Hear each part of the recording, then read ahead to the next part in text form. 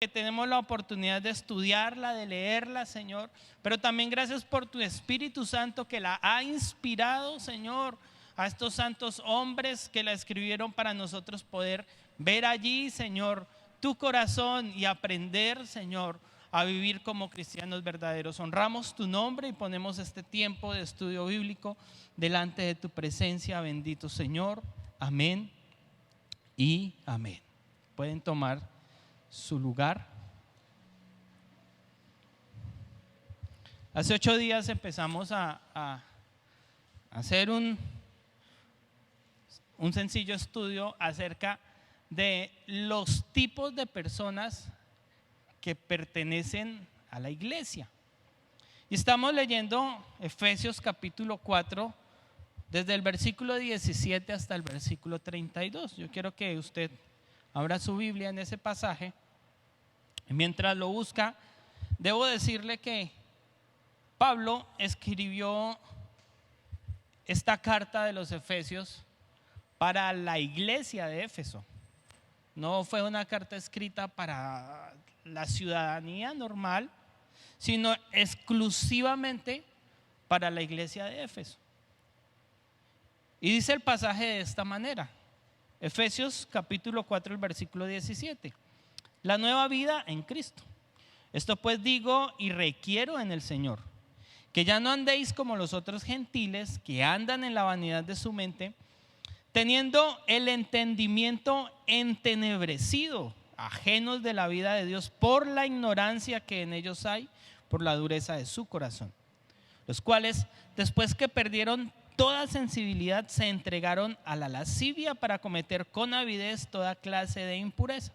Mas vosotros no habéis aprendido así de Cristo, si en verdad le habéis oído y habéis sido enseñados conforme a la verdad que está en Jesús, en cuanto a la pasada manera de vivir, despojados del viejo hombre que está viciado conforme a los deseos engañosos, y renovados en el espíritu de vuestra mente, y vestidos del nuevo hombre, creado según Dios en la justicia y santidad de la verdad. Por lo cual, desechando la mentira, hablad verdad cada uno con su prójimo, porque somos miembros los unos de los otros. Airaos, pero no pequéis, no se ponga el sol sobre vuestro enojo, ni deis lugar al diablo. El que hurtaba, no hurte más, sino trabaje haciendo con sus manos lo que es bueno, para que tenga que compartir con el que padece necesidad. Ninguna palabra corrompida salga de vuestra boca, sino la que sea buena para la necesaria edificación, a fin de dar gracia a los oyentes. Y no contristéis al Espíritu Santo de Dios, con el cual fuisteis sellados para el día de la redención. Quítese de vosotros toda amargura, enojo, ira, gritería y maledicencia y toda malicia. Antes, sed benignos unos con otros, misericordiosos, perdonándoos unos a otros como Dios también os perdonó a vosotros en Cristo Jesús. En este pasaje yo encuentro que Pablo escribe a una iglesia que está compuesta de 3 tipos de personas. Y hace 8 días vimos el primer tipo, y es el hombre y la mujer que están sin Cristo. Mucha gente viene a la iglesia y se sienta ahí, y si este es su caso, yo con mucho respeto le pido me perdone, pero no son cristianos comprometidos. Bueno, todos somos cristianos porque seguimos a Cristo, creemos en Cristo, ese tipo de cosas. Pero esta es una persona que su vida no ha sido transformada, y que el pecado significa lo mismo que para el que está allá afuera. Y hablamos o hicimos una descripción, voy a mencionar únicamente los puntos. Dijimos que tiene una mente vana, y dijimos que una mente vana es la que se refiere a las cosas inútiles, huecas y vacías.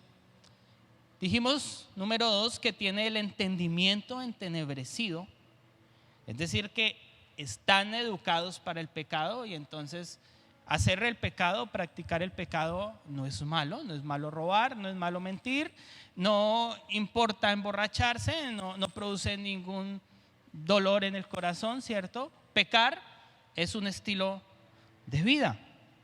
Número 3, está ajeno a la vida de Dios. Y la palabra ajeno significa perteneciente a otra persona. Y si está ajeno a la vida de Dios, pues si no pertenece a Dios, pertenece al diablo, porque no hay otro, ¿cierto? Número 4, está sin sensibilidad. Y sensibilidad aquí significa dejar de sentir dolor. Es decir, que no se duele por el pecado, que no se duele por la maldad, y que esa sensibilidad se materializó o resulta en inmoralidad. Y entonces les decía, hoy las parejas no se casan, ¿cierto? Hoy no es importante casarse. Vivir en fornicación no es ningún pecado para la gente común. Y entonces es necesario irse a vivir con ella o con él para probar cómo nos va, a ver si nos casamos, es lo que la gente dice, ¿cierto? Hace 50 o 60 años el matrimonio era respetado. Si uno se casa hoy en día es extraño, es anormal. ¿Usted cómo se le ocurre por qué se va a casar, cierto? Les decía que es normal, sin sensibilidad, que se manifiesta, por ejemplo, en las relaciones entre las parejas de novios. No es ningún pecado acostarse con la novia, ¿cierto? No es ningún pecado compartir la pareja con otros.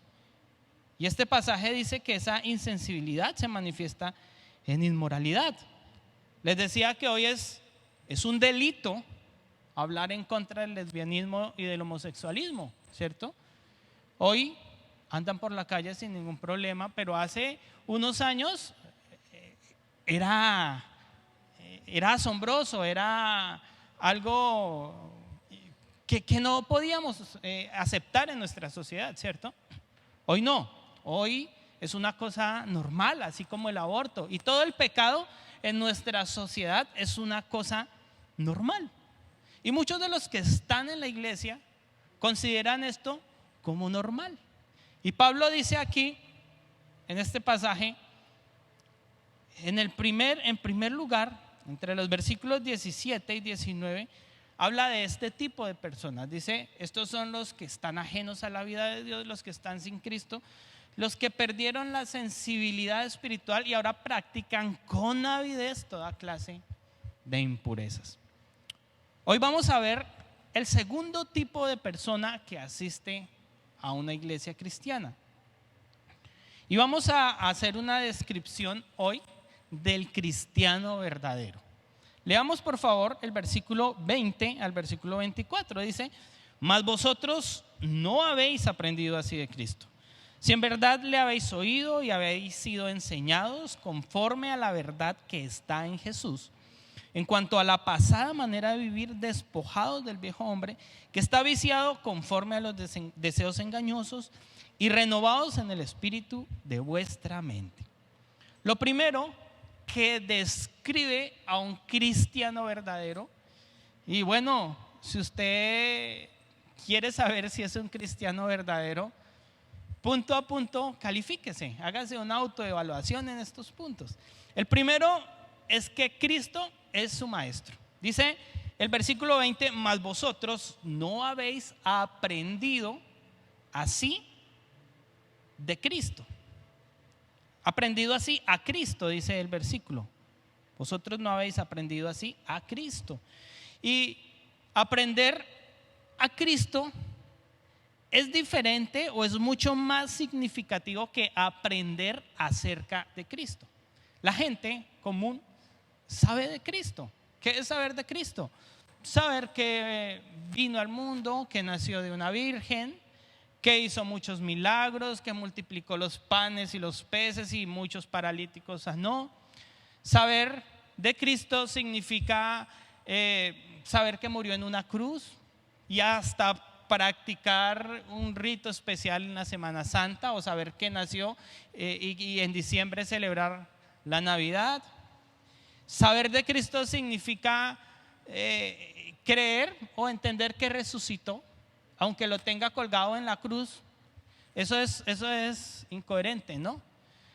tener un Cristo colgado en la cruz, pero pensar que resucitó, ¿cierto? Eso es saber de Cristo, es tener la teoría acerca de Cristo. Pero aprender a Cristo va mucho más allá de eso. Aprender a Cristo significa recibirle, obedecerlo e imitarlo. Miremos Gálatas capítulo 4, el versículo 9. Gálatas capítulo 4, el versículo 9 dice: mas ahora, leamos desde el 8, ciertamente en otro tiempo, no conociendo a Dios, servíais a los que por naturaleza no son dioses. Mas ahora, conociendo a Dios, o más bien siendo conocidos por Dios, ¿cómo es que os volvéis de nuevo a los débiles y pobres rudimentos a los cuales os queréis volver a esclavizar? Aprender a Cristo significa conocerle y ser conocido por Él. Esto me habla de una relación estrecha. Aquí el pasaje dice: ustedes en otro tiempo servían a los que por naturaleza no son dioses, a las imágenes, a los ídolos, y entonces rezaban todos los días, oraban lo mismo, ¿cierto? Y vivían una vida de religiosidad y de costumbrismo religioso, y ahí tenían la teoría acerca de Cristo. Pero ahora, dice Pablo, o quiere decir en este pasaje, han aprendido a Cristo, han entendido a Cristo. Y él utiliza el término conocer. Dice este pasaje: más ahora conociendo a Dios. Le pasó a Job, ¿no? Uno empieza a leer el libro de Job y ve a Job, y Dios dice cosas bonitas de Job. Es que este es un hombre íntegro y muy transparente en sus caminos, y en el capítulo 1 y 2, y uno lee todo lo que sufrió y vivió, y en el capítulo 42 creo que es, Job dice: de oídas te había oído, tenía la teoría, mas ahora mis ojos te ven. Ahora tiene un conocimiento de Dios. Tener a Cristo como nuestro maestro significa conocerle, significa saber de Él. Dice el pasaje: mas vosotros no habéis aprendido así de Cristo. Es que Cristo es el maestro, es quien les dio la clase, es quien enseñó. Ahora ustedes tienen que practicar, está diciendo Pablo acá. Aprender a Cristo significa tener una vida práctica de la palabra. Primera de Juan capítulo 2, el versículo 3 al 6.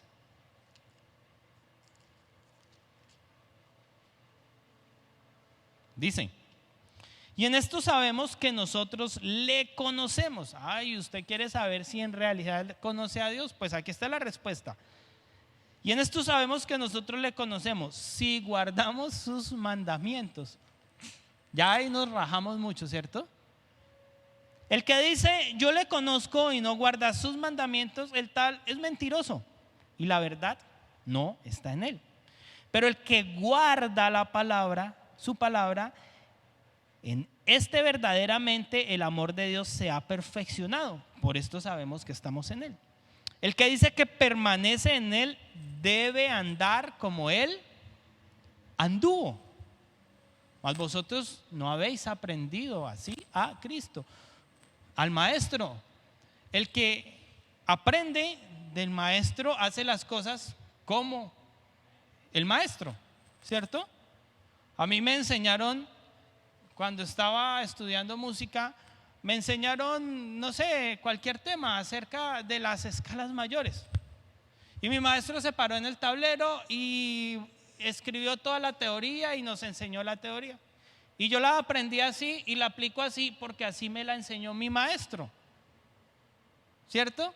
Y cuando aprendemos así a Cristo, tenemos que poner en práctica lo que Cristo puso en práctica. Aquí dice el pasaje: el que dice que permanece en él debe andar como él anduvo. Debe tener una vida práctica de la palabra. Número 3. Aprender a Cristo significa tener su espíritu. Primera de Juan, capítulo 4, ahí más adelante, el versículo 13. En esto conocemos que permanecemos en Él y Él en nosotros, que le conocemos y que Él nos conoce, en que nos ha dado su espíritu. El Espíritu de Dios se manifiesta en nuestras vidas.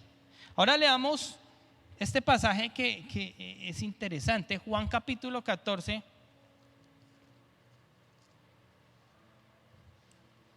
Juan capítulo 14, el versículo 21 al 26.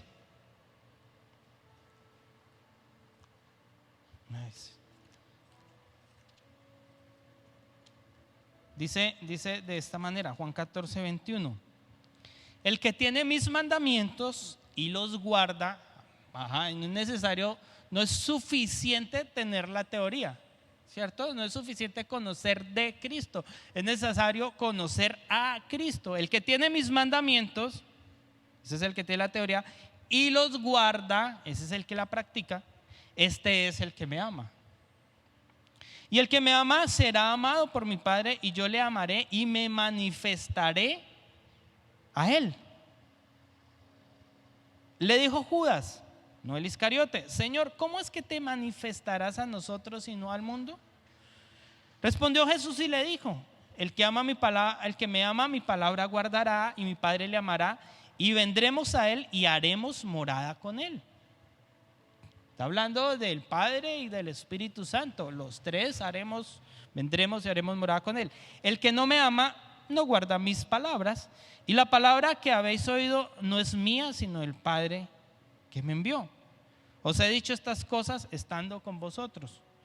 Mas el Consolador, el Espíritu Santo, a quien el Padre enviará en mi nombre, Él os enseñará todas las cosas y os recordará todo lo que os he dicho. Jesús les está diciendo a los discípulos: mire, si ustedes me aman, ustedes practican mi palabra. Y si ustedes practican mi palabra, entonces vendremos a ustedes. Y el contexto del pasaje está hablando de la promesa del Espíritu Santo. El que guarda la palabra del Señor, el que es un cristiano verdadero, el que sigue a Cristo, el que ha aprendido a Cristo, tiene el Espíritu Santo, porque es la promesa de Dios para el que se acerca a Él. Y número 4, aprender a Cristo significa ser dependientes de Cristo. Juan 15, versículo 5. Dice: yo soy la vid, vosotros los pámpanos. Me perdí. El que permanece en mí y yo en él, este lleva mucho fruto, porque separados de mí nada podéis hacer. Jesús le está diciendo: mire, si ustedes son mis hijos y ustedes guardan mi palabra y el Espíritu Santo está en ustedes, entonces ustedes tienen que depender de mí. Les está diciendo Jesús. Y sí que dependemos del maestro, ¿cierto?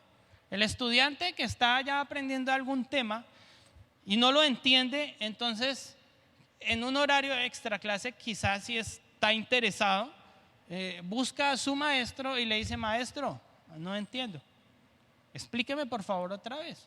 Es dependiente de su maestro, porque no sabe cómo hacer las cosas. Entonces necesita a su maestro para aprender lo que él es y para aplicarlo.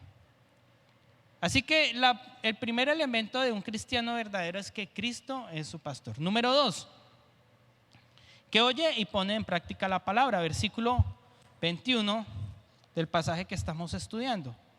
Dice: si en verdad le habéis oído y habéis sido enseñados, y habéis sido por él enseñados conforme a la verdad que está en Jesús.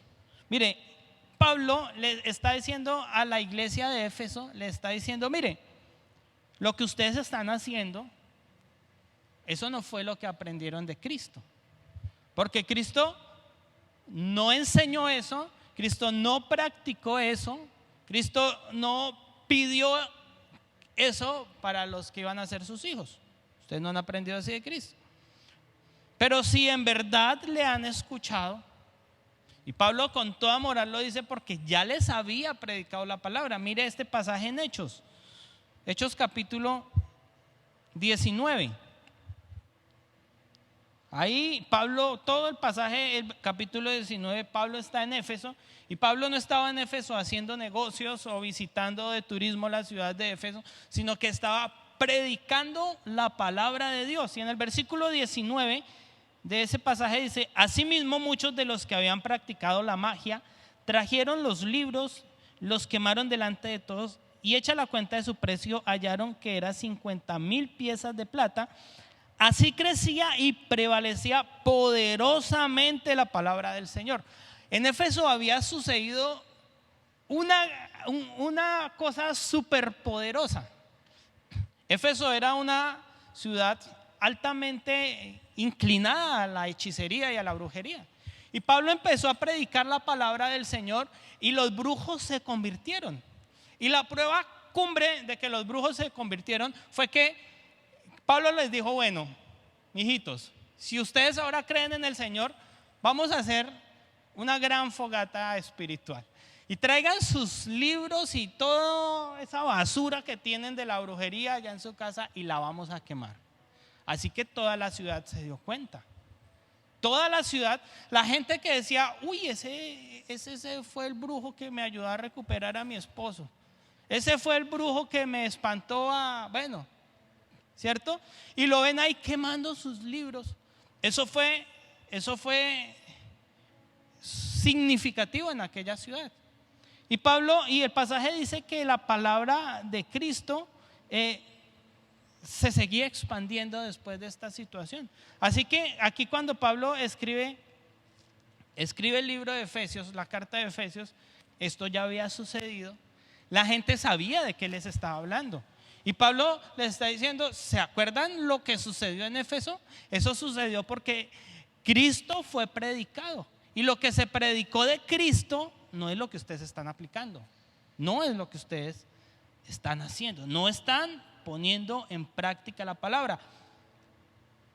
Pablo los confronta porque saben que han escuchado la palabra. Mire, cuando el pastor lo llama a usted, quizá usted es un ujier, es uno de alabanza o de los jóvenes o de cualquier ministerio de la iglesia, y lo llama y le dice: venga, mijito, eso que usted está haciendo está mal. Usted no ha aprendido así a Cristo. Yo no le he enseñado eso. Tiene toda la moral y creo que el pastor pudiera ir a su oficina y sacar el cuaderno de bosquejos y decirle a ese personaje: mire, aquí está el bosquejo en el que le enseñé que eso que usted está haciendo está mal, porque allá los tiene guardados. Y bueno, Pablo tenía esa moral de decirle a la gente: ustedes no han aprendido en realidad la palabra. Llevan años viniendo y congregándose y asistiendo culto tras culto, pero la Biblia les ha pasado desapercibida. La única manera de seguir a Cristo es haber escuchado la palabra de Dios.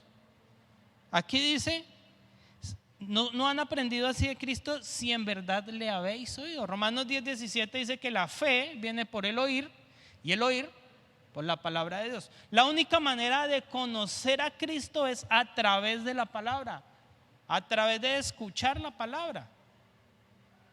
Porque en la palabra está Cristo reflejado, que transforma los corazones. Así que el cristiano, el creyente verdadero, oye y pone en práctica la palabra. Número 3. Para el cristiano verdadero, el eje de la enseñanza es Jesús. Dice ese mismo versículo: si en verdad le habéis oído y habéis sido enseñados conforme a la verdad que está en Jesús.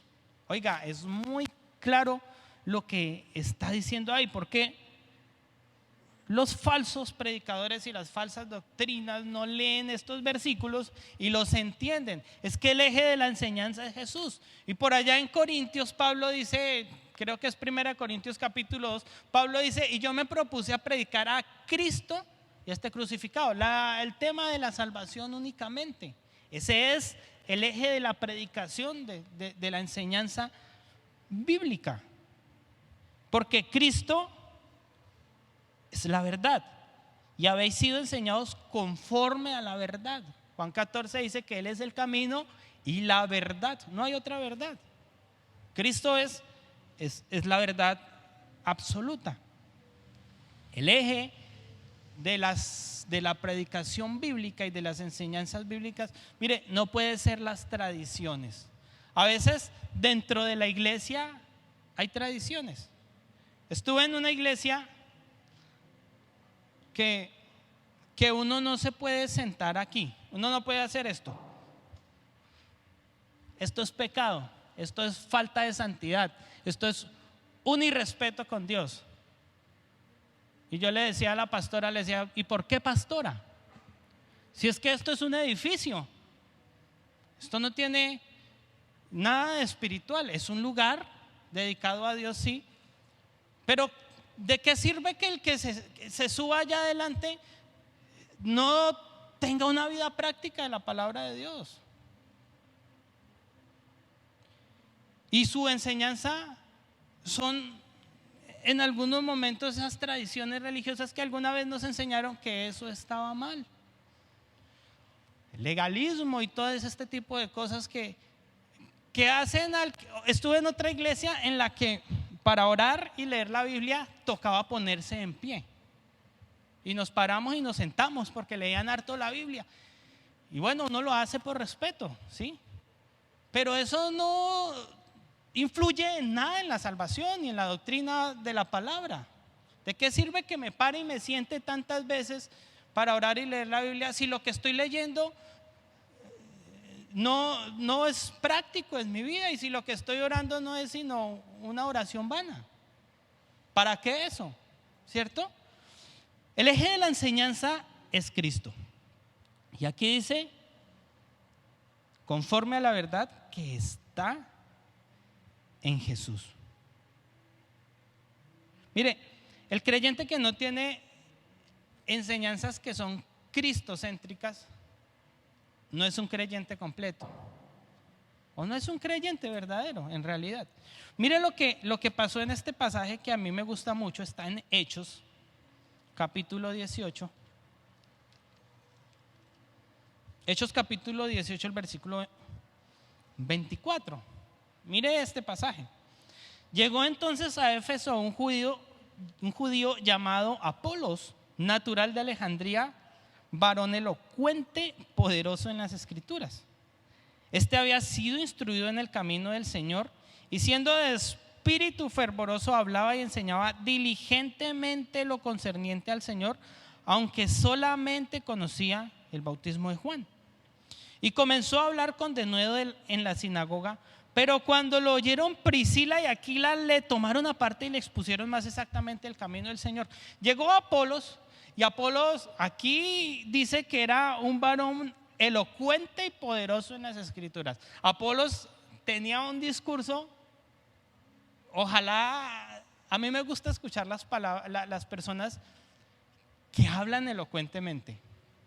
Yo no lo hago, eso es muy difícil, pero hay gente que habla de una forma, con unas palabras tan especiales, y yo creo que cuando esté en el cielo voy a querer buscar a Apolos y hablar con él. Y era admirable la predicación de él, y lo que decía era bonito, era atractivo. Y había por allí unos pastores sencillos, Aquila y Priscila. Cuando lo vieron predicar, dijeron, se les prendió el bombillito rojo y dijo: venga, emergencia, este señor está predicando, está haciéndolo mal, está predicando de una forma incorrecta. Y lo llamaron aparte, le dijeron: venga, mijo, usted puede ser muy elocuente, usted puede ser muy estudiado, usted puede hablar bonito, pero lo que está predicando está mal. El eje de su enseñanza Es el bautismo de Juan, no el de Jesucristo. Y lo educaron. Bueno, me encanta esa actitud de este personaje. Se dejó educar en la palabra por ellos. Y Aquila y Priscila se alarmaron porque se dieron cuenta que este era un cristiano a medias en cuanto a la enseñanza de la palabra.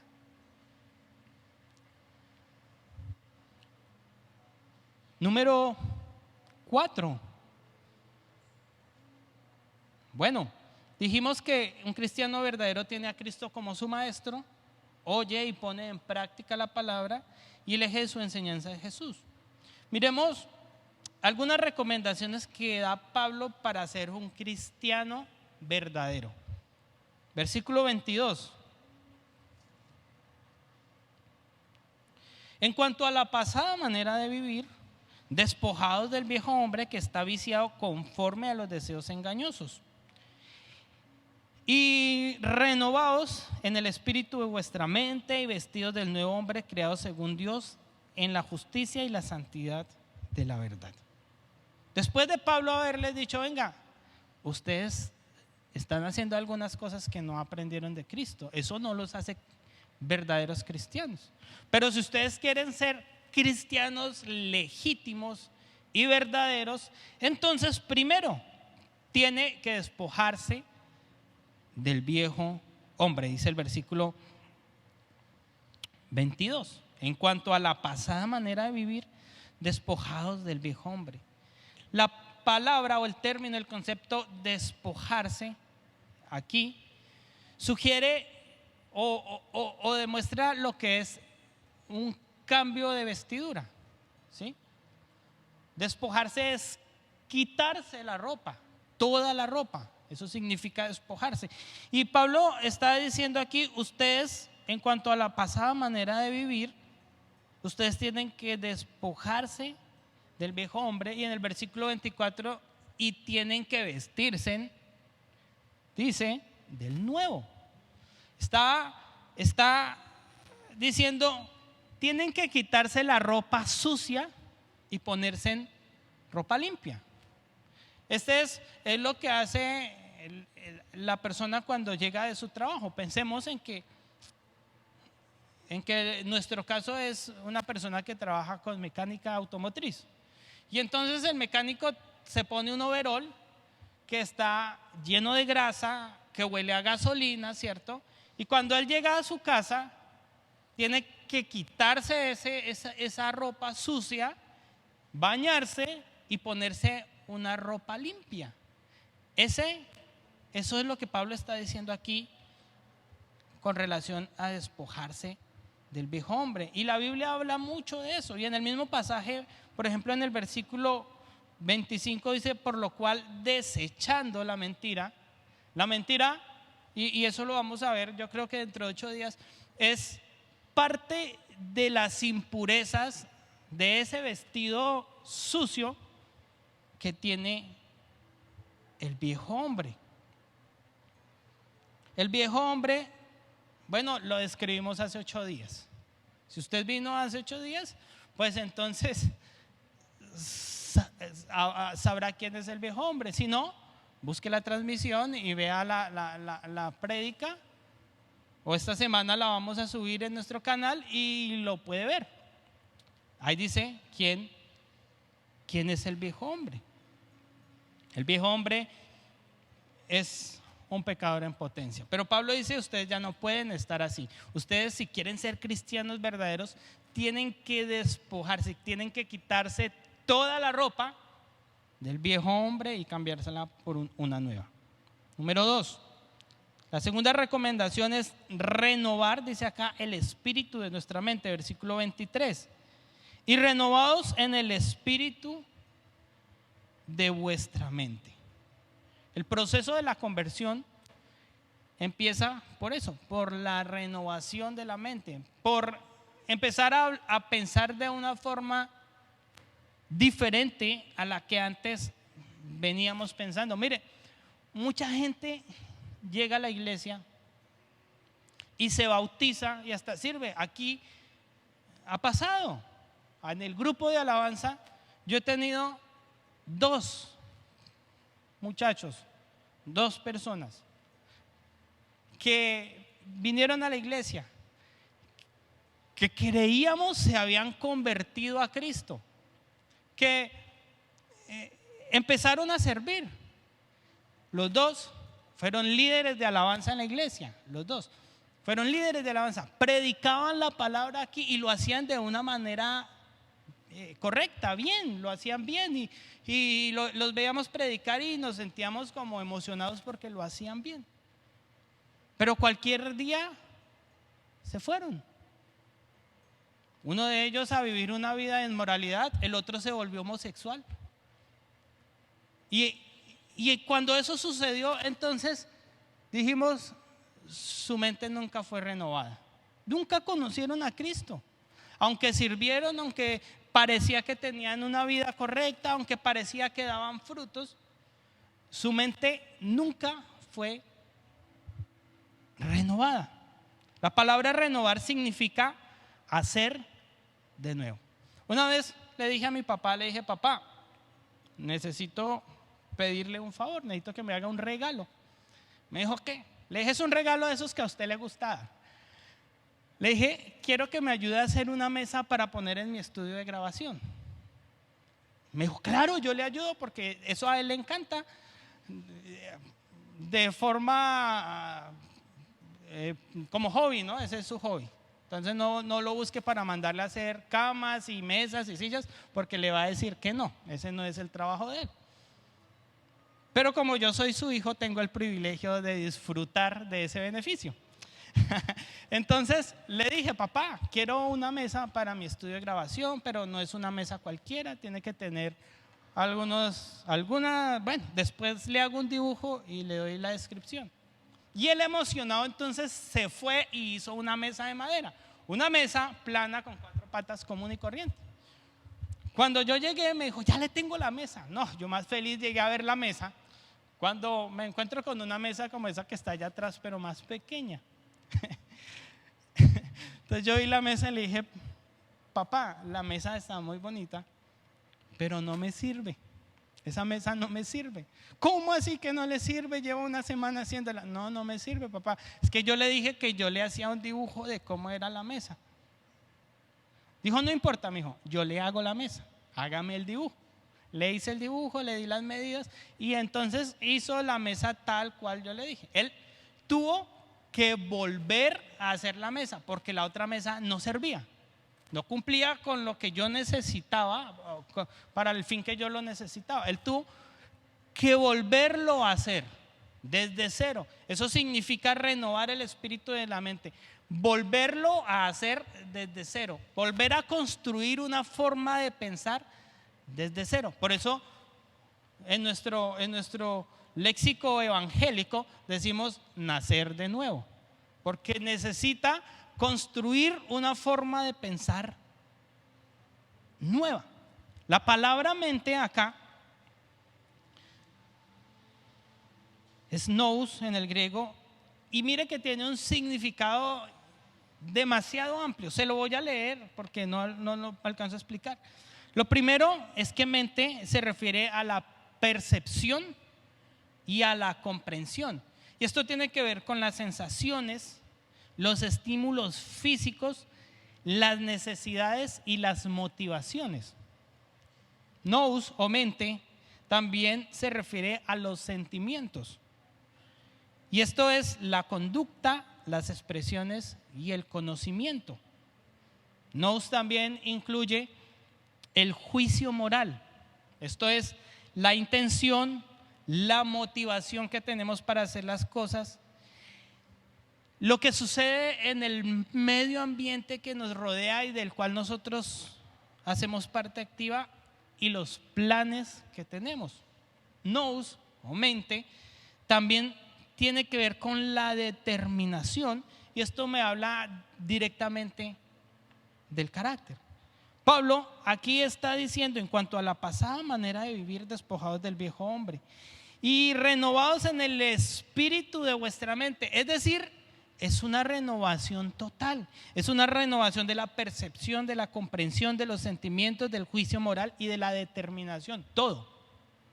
toda la universalidad de la existencia del ser humano tiene que ser renovada.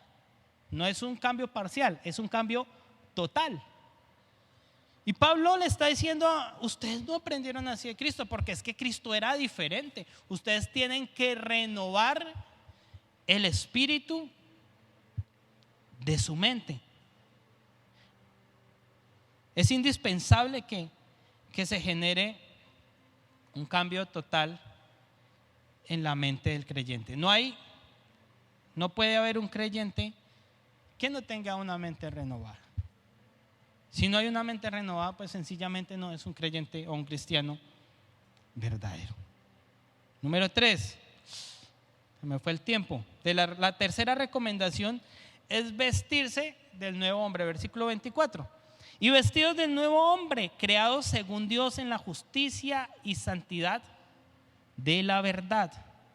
Mire que hay un punto de referencia para el nuevo hombre y es Dios. Efesios capítulo 2 dice que fuimos creados en Cristo Jesús para buenas obras, las cuales Dios preparó de antemano para que anduviésemos en ellas. El nuevo hombre tiene un punto de referencia y es Dios, es Cristo. La nueva forma de pensar es Cristo, es la verdad, es la palabra. Primera de Corintios 5:17 dice, si alguno está en Cristo, si alguien se convirtió de nuevo, entonces nueva criatura es una nueva mesa, porque la vieja no sirvió. Las cosas viejas pasaron, ya no sirven. Ahora toda la universalidad de su existencia es hecho nuevo.